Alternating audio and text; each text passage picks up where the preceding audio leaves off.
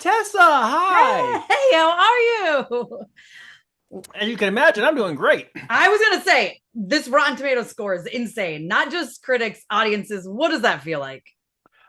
You never know if when you make a movie, you make it in a bubble, and you never know if it's going to connect. You do all the things you think that are going to make people happy, and you're going to push them a little bit and get them intrigued in ways they didn't anticipate. And I would never have imagined that we would land the way that we did. And I think that's a testimony to the time, the absence, a little bit, if you will. I mean, it's been a long time, and I think that people were really wanting to see Tony Todd in his last performance in a way that gave it a level of poignancy and anticipation. And I think we delivered, certainly, or at least Tony delivered on that front. We just gave him the platform and he took it. Um, and I just think that Zach and Adam and Guy and Laurie really sort of understood the assignment, and we wanted to make a movie that if you were a newbie, you could go and enjoy it as like a solo item. But I'm sure as a fan, you saw all the stuff we laid in there, which doesn't get in the way of the viewing, but it enriches it if you're aware of the lore and the history and sort of the wink, wink, nudge, nudge. It just makes it a lot more fun. And that was one thing we tried to do is make a fun movie. And I think we did. Listen, I think all the Final Destination movies are fun. Okay. Like, I think I've gotten my like I love a unique, weird death, and I think that Final Destination has always knocked that out of the park.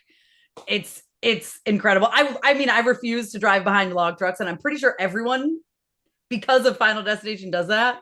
Look, one of the things we talk about when we're starting to develop a new story is what industry, profession, or occupation can we destroy with this next one? What can we do to instill what will hopefully be generational trauma in the people who view the movie? Obviously, I'm saying that in a fun sort of way. Yeah, and by the way, so what was the thing about the movie that hit you in a way that was unexpected? Because it's been 14 years, and for a fan, like what was the thing that you were expecting? What did you get, and what was new? Okay. So honestly, I went into it being like, I hope it's good because it's been so long where you're like, I want a good one. And I don't know, are they just doing it to do it? And I was like, okay. And then right from the opening sequence, I was like, oh my God. I mean, it might be my favorite opening sequence. And I don't know if that's just because it's been a while, but I was like, this is so good. Breck's phenomenal in that I in love that Breck. moment. And then this is I loved every single character, which Hmm. surprised me because usually there's at least one where I'm like, meh, I kind of can't wait to watch that person die. Let's cheer on death and move along. Yeah. Right. And then the Tony Todd it felt like he was literally just speaking to his fans He in that was. moment. He was. I'm glad you say that you liked the characters. It's something that we understood that maybe that wasn't the way the other movies played out as anticipated. And I think John Watts coming to us with the story about it being a family Mhm. automatically gives you buy-in. Like we are all in families for all of their crazy, mixed up, loving, hating, fighting ways. It just immediately creates both empathy and understanding of the relationship dynamics. We didn't have to actually over-explain how they knew each other. Yeah. There's just a cousin. We all got cousins, and I immediately project onto that relationship all my cousin dynamics. So I think we had a leg up going into that, and I think we got really lucky with the casting. I mean, we Ugh. got so lucky. You never know if you're going to get people together that really fully work. But before we even started shooting, they were all hanging out, going out to Oh, karaoke. They still have an hourly active WhatsApp thread with just the actors. They all communicate to this really? day. A year after we wrapped, they're still tight as thieves. It's great. It's really exciting. And I think like the MRI death, that was insane. And you guys showed that at CinemaCon. We And did. and then even watching it again, it's because here's the thing. Sometimes you'll see it already and you'll be like, okay, I already saw it. I was like so excited when we got to that part of the movie. I was like, I get to watch this again. Well, I'm so glad you mentioned that because to me, part of the fun of seeing it in a theater with a lot of people is the other people's reactions and you having a little leg up. You're like, I can't wait. Let's see what they do. And when there's like uproarious laughter, applause, gasps, shouts, cheers, there's nothing more exciting than seeing Final Destination Bloodlines in a packed theater, in IMAX, hopefully, Yeah. just delivering on all pistons is a great time out. So I appreciate your viewing. Second and third viewings, I'm telling everybody out there, you can see it 2 and 3 times, but take new people each time. It'll be a brand new experience every time you go. I think all the Final Destination movies are ones that like I love to watch people watch them. So like my daughter, she's 12 and she's been dying to watch them. Have you And been indoctrinating her? Have you been we're about to indoctrinating watch her? them. We're about to watch them all Okay, together good. this Okay. summer. I told her before Bloodlines comes home because I'm afraid to. I think she'll be fine, but I'm like, I want her to see the other ones. And I'm also like, if she ends up being scared and we're in a theater, that's terrible. I feel Yeah, like a yeah. bad mom. So like, I'm like, we can watch them at home. So we're about to go through all of them. And I'm excited to revisit them because some of them, it's been a while since I've watched them. And I just like the fact if she does if she does appreciate them and you do take her to the theater, what a great thing to be giving your 12-year-old daughter is her own Final Destination theatrical experience, something that no one in a generation has experienced. I That's something know. really cool. And hopefully, knock on wood, well, it'll carry forward in a way Yeah. that we can make maybe a couple more and continue to service your daughter's love for the franchise or blooming love for the franchise. Let's hope.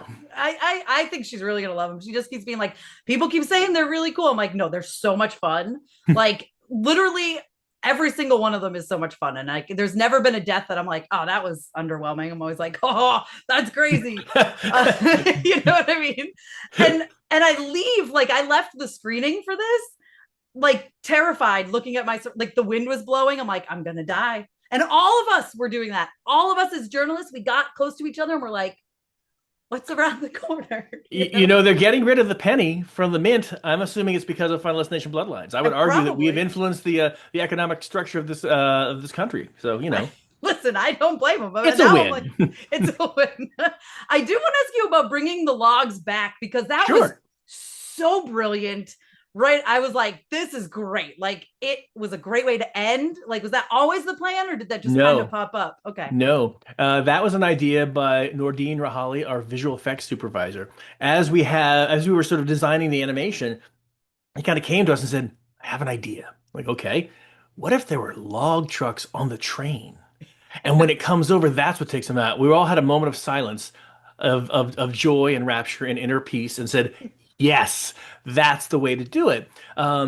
Because it's not just the moment of seeing how death ultimately gets what it's due him, but it's the manner in which it happens. That one extra plus up was like, bravo, Nordine, bravo. And so Yeah. we did that all. Obviously, the entire sequence was a post-production discussion. 'Cause I don't think we would be able to afford nor shoot logs roaring over a crashed train in a destroyed street. But irrespective of that, that was the idea, and it really was. Sometimes that's one of the fun things about Final Destination 2 is making them. Everybody has a seat at the table because everybody has ideas, and it's our job to curate those ideas. But we want an open door policy with all the department heads. You want to have every department head feeling like they are creatively invested and can come and say, well, what if we did this? And in fact, the props department was so excited by all the little Easter eggs that they put in. There are 7 that we don't even know about. They haven't told us, and I need to go find them because Yeah. he's like, I'll tell you when you find them. So it's that kind of joy that goes into making them, and hard work. Let's be real. But that kind of joy and participation makes the Final Destination family a very large, vibrant, and dynamic one. Yeah. How fun is it like coming up with ways that people can die? That sounds so morbid, but it's got to be fun. Dude, my inbox is filled with the most horrific. Hey, look at this, and I'm like, do I have to? I don't want to. But yes, I can't go into a room without imagining how I'm going to die in the room that I'm in. But I do think that there's a challenge in coming up with appropriate set pieces. And I don't mean appropriate like morality or like that's bad taste. Yeah. I mean, does it work? We wrote an entire sequence that took place in a supermarket because everyone goes grocery shopping like once a week. So you're like, okay, that's a likely that everybody goes there. We wrote the whole thing, put it away for a couple days, looked at it, we're like, this is dog shit. This is terrible. And it's terrible because it was trying too hard. In Mm. order to make the pieces work, you're really stretching credibility. And we really operate on the razor's edge of plausible and credible. It just has to be just enough so you buy it. All of the reshoots we've done over the years are because there's a bit of connective tissue in that plausible, incredible chain that doesn't quite work. And the audience just immediately checks out. So not every location that you and I frequent is a good destination, but there are ones like tattoo parlors, which are very good locations. That scene is so much fun. I was like, and I'm watching it like I knew because I had already seen at CinemaCon. I knew he didn't die there because Yes, you were one of the because I lucky. knew.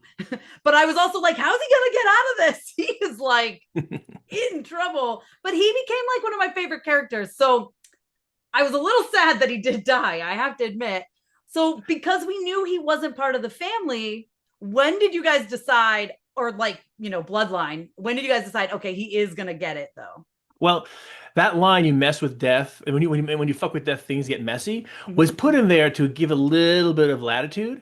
In hindsight, as we were going through, we had toyed with, what if we lace in some clues that make it so that that was actually where he was always supposed to die. That's literally Mm. his fate, was to die at an MRI disaster, and that was it. But we just couldn't figure out a best way to do that. And when we started to bake it in, we were like reading the scene and going, "Well, that'll get cut immediately." Like it just felt like a hat in a hat. So really, that's what it is. In my mind, he was always meant to die there. I mean, death Mhm. has a very large and intricate web that we are all connected to. And who's to say that this is not when the here and now is supposed to happen? Now, did you notice when his torso was inside the MRI and all the bits and pieces of the wheelchair coming through that that's the poster for FD5? No, That is the nuh-uh. That's why he has the skull on his chest. That's why all the metal Oh parts yeah. coming through. You go look at the poster for FD5, and that's what it looks like. Oh my gosh. See, I love stuff like that. It's oh my goodness. I know. I'm like, I can't wait to see it again now. I'm like, I'm gonna be like, okay, last day of school, get home. Let's watch 1, 2, 3, 4, 5. It's Let's the get there. best homework you'll ever have. I know. I mean, I'm excited to revisit them. They're so fun. But what are the odds that we get more? Because now, like the bug is there. Like I need more. These are so much fun and they're so good. Well, as your pusher, I would like to. No, look, we're still in the wake of opening weekend. Like we haven't had the second weekend. I think we all know we're going into some very rough terrain with some really huge movies opening against us. But these are really huge movies that are opening against us that have 20 points less on the tomato meter for reviews. Yeah. So I would tell the audience out there, if you're looking for what to do with your entertainment time and dollar, I think that the likeliest choice for the best experience, go see Final Destination Bloodlines. The other two, they can wait. Got to Listen. see art in the theater. But will we have more? I hope so. I do. I think that it would be so much fun to do. And as long as we listen to the audience and we respect the desires of what they want and do what we did with this one, which was very carefully approach it so that the love that we have for the franchise shows up in the movie. That's, I think, the trick, because you want to make sure that you're working with people who are all singing from the same hymnal, and that hymnal is the Death Nomicon that Iris gave. Yes. I'll tell you for real, like this made me so happy. Like I'm just so happy this franchise is back and I want more and more and more because like I said, these are some of my favorite films. They're always fun. And I second that you need to see this one on the big screen. Like you're totally missing out if you don't. Excellent, excellent. Awesome. Thank you so much for your time. I appreciate Absolutely. I love your channel, by the way. You're not Oh, the first. thank you. It's not the first time I've seen you. So yes. Yeah, thank you. Yeah. Well, listen, I want another one. So just give me Okay. one more. Okay. Okay. That'd be Hold on. great. Wait a sec. Hold on. She wants. Okay, got it. You're Yeah, on the list. perfect. Great. I'm Thanks. like the evil Santa. You're on the Yeah. list. Yeah, perfect.